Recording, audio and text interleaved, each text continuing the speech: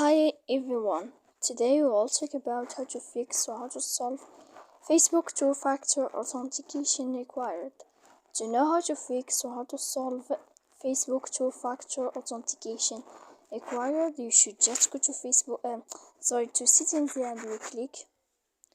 After that, in this page, we go to apps, default apps, app settings. When you will see this list, we go down to find the application of Facebook and you will enter. Then in this page, we go to click for stop. When you will end this, you will enter to storage. After that, in this page, we click clear cache.